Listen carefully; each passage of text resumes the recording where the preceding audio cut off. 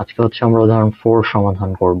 তো দেখো উদাহরণ 4 এ কি দেওয়া আছে, contour c to the power 3z divided by z minus pi I dz সমান আসলে -2 পাই আই বানাইতে হবে যদি c ইজ সার্কেল, অর্থাৎ c টা হয় একটা বৃত্ত এবং বৃত্তের সঞ্চারপথের সমীকরণটা দেওয়া আছে মডুলাস z মাইনাস 1 সমান 4। হ্যাঁ, এবং আরেকটা অংশ আছে এই ম্যাথটা, সেটা দেখো এটা সমান 0 প্রমাণ করতে হবে যদি c হয় একটা এলিপস বা উপবৃত্ত এবং উপবৃত্তের সমীকরণটা দেওয়া আছে। তো চলো আমরা সময় নষ্ট না করে সমাধানে চলে যাই।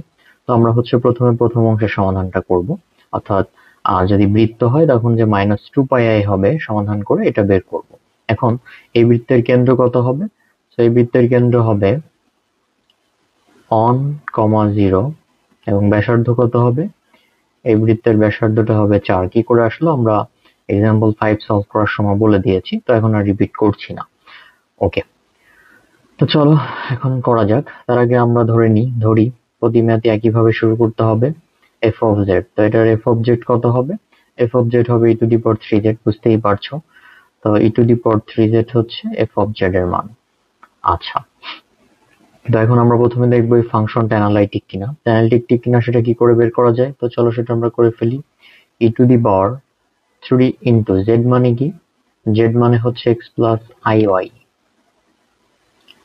ওকে, তাহলে এখানে আমরা কি লিখতে পারবো? e to the power 3x into e to the power iy, sorry একটা 3 মিস গিয়েছে, 3y। হ্যাঁ, ওকে, তাহলে এটা থেকে আমরা কি লিখতে পারি?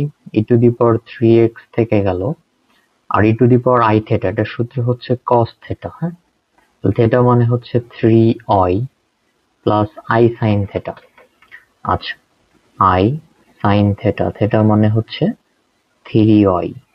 ওকে, আচ্ছা, তো এখন আমরা এখান থেকে কি লিখতে পারি? e to the power 3x cos 3y plus i e to the power 3x sin 3y। ওকে, তো এখন এটাকে আমরা u প্লাস iv ধরে নিতে পারি, u প্লাস iv। তো u কত? u হচ্ছে এই বাস্তব অংশটুকু e to the power 3x cos 3y, আর v হচ্ছে এই কাল্পনিক অংশটুকু অর্থাৎ e to the power 3x sin 3y। তো এরপর হচ্ছে আমরা কি করব? এরপর হচ্ছে আমরা del u del x বের করব, del u del y বের করব,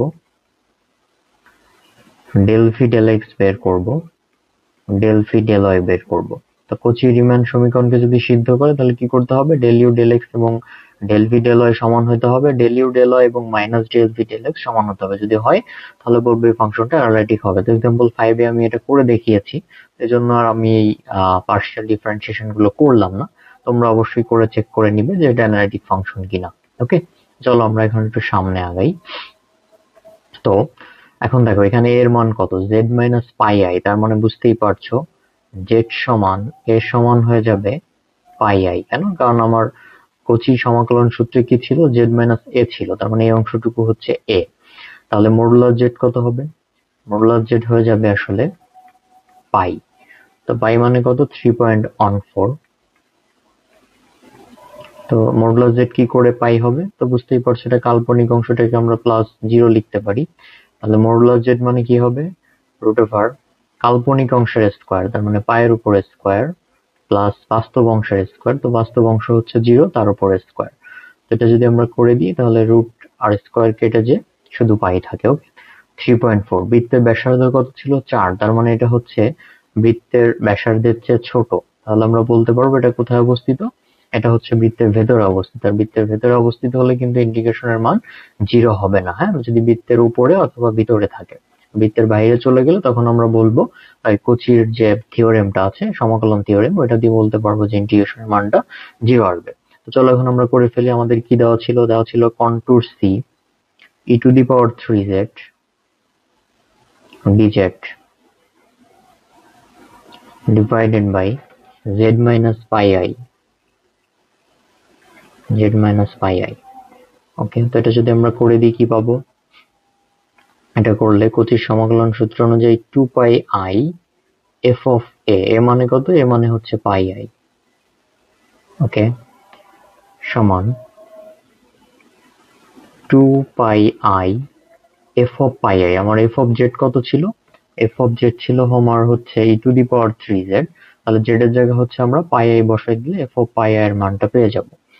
তাহলে e to the power 3 z, z মানে কত, পাই আই। ওকে, তারপরে দেখো 2 pi i e to the power i theta, e to the power i থেটার সূত্র, তো এখানে থেটা মানে হচ্ছে 3 পাই, cos থেটা মানে cos 3 pi plus i sine theta, তার মানে আই সাইন 3 পাই সমান 2 পাই আই cos 3 পাই। হ্যাঁ, cos 3 পাই মানে কত, চলো আমরা বের করি। cos 3 পাই মানে কত, cos 3 পাই মানে হচ্ছে -1 plus i into sin 3 pi, sin 3 পাই এর মান হচ্ছে 0। হ্যাঁ, তো বুঝতেই পারছো এখানে শুধু -1 থাকে, -1 2 পাই i এর সাথে গুণ হয়ে -2 পাই i হয়ে যায়। অর্থাৎ আমরা একটা অংশ প্রমাণ করে ফেলেছি।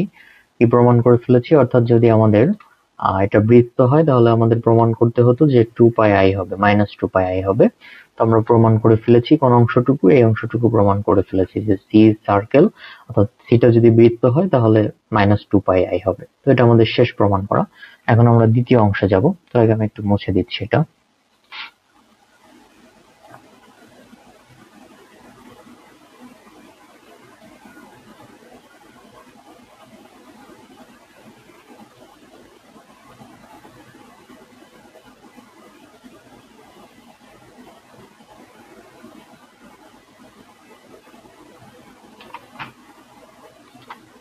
ওকে, সো দেখো দ্বিতীয় অংশ হচ্ছে আমার 0 বানাইতে হবে যদি সিটা হয় উপবৃত্ত এবং উপবৃত্তের সমীকরণটা দেওয়া আছে।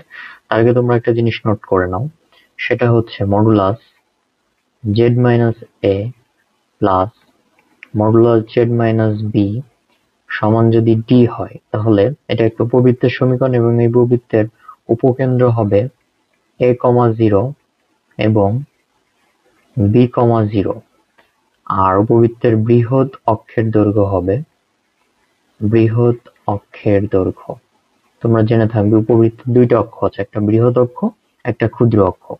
সো বৃহৎ অক্ষের দৈর্ঘ্যকে আমরা কি দিয়ে প্রকাশ করি, 2a দিয়ে প্রকাশ করি। তাহলে 2 এর মান হয়ে যাবে d।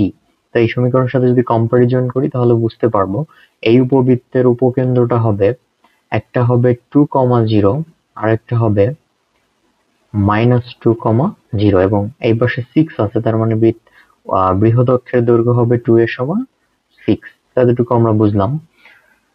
এখন আমরা একটা উপবৃত্ত আঁকায় ফেলতে পারি, এটা x অক্ষ, এটা y অক্ষ। হ্যাঁ, তো আমরা একটা উপবৃত্ত আঁকাইতে পারি। তো এইটা হচ্ছে মনে করো আমাদের একটা উপবৃত্ত।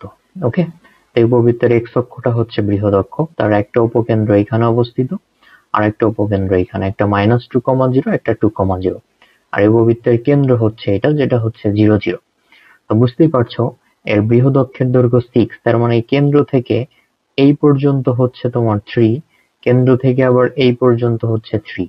ওকে, আর ক্ষুদ্র অক্ষের দৈর্ঘ্য তার চেয়েও কম হবে, যেহেতু বৃহৎ অক্ষের দৈর্ঘ্য 6 তাহলে ক্ষুদ্র অক্ষের এইখান থেকে এই পর্যন্ত 3 এর চেয়ে কম হবে। এখন একটা জিনিস দেখো, সেটা হচ্ছে আমাদের এখানে f অফ জেডটা কত, f অফ জেডটা হচ্ছে 3 e to the power 3z আর z সমান a সমান কত, পাই আই। মডুলাস জেড কত, মডুলাস জেড হচ্ছে তোমার পাই, পাই মানে 3.1416। তো পাইটা কিন্তু 3.1416। এখন একটা জিনিস দেখো, এটা আবার কোন অক্ষের, পাই আই প্লাস 0, তার মানে এই বিন্দুটা আসলে কাল্পনিক অক্ষ, কাল্পনিক অক্ষে অবস্থিত, কারণ পাইটা আয়ের সাথে আছে। হ্যাঁ, কাল্পনিক অক্ষ কোনটা, y অক্ষ হচ্ছে কাল্পনিক অক্ষ, তার মানে কাল্পনিক অক্ষে আমার যেতে হবে কতটুকু, 3.1416 পরিমাণ। তো এই কেন্দ্র থেকে বৃহৎ অক্ষের এইটুকের দৈর্ঘ্য 3, তার মানে নিশ্চয়ই কেন্দ্র থেকে ক্ষুদ্র অক্ষের এইটুকের দৈর্ঘ্য 3 এর চেয়েও কম হবে। তার মানে এই বিন্দুটা আসলে y অক্ষের মানে এই উপবৃত্তের বাহিরে অবস্থিত হবে। হ্যাঁ, এখন যদি উপবৃত্তের বাহিরে অবস্থিত হয় তাহলে ইন্টিগ্রেশনের মান কত হবে, 0 হবে। তাহলে আমরা বলে ফেলতে পারবো contour C e to the power 3z dz divided by z minus pi I সমান হচ্ছে 0। কেন, কারণ এটা হচ্ছে আসলে উপবৃত্তের বাইরে অবস্থিত, যদি ভিতরে বা উপরে থাকে তাহলে ইন্টিগ্রেশনের মান 0 হয় না। আর যদি বাইরে থাকে তাহলে ইন্টিগ্রেশনের মান 0 হয়ে যায়। তো আশা করি বুঝতেই পারছো সবাই। তারপরে কারো কোনো সমস্যা থাকলে কমেন্ট বক্সে জানিয়ে দিবে। তো আজকে এই পর্যন্তই। ততক্ষণ সবাই ভালো থাকো, সুস্থ থাকো। দেখা হচ্ছে নতুন কোনো ভিডিওতে।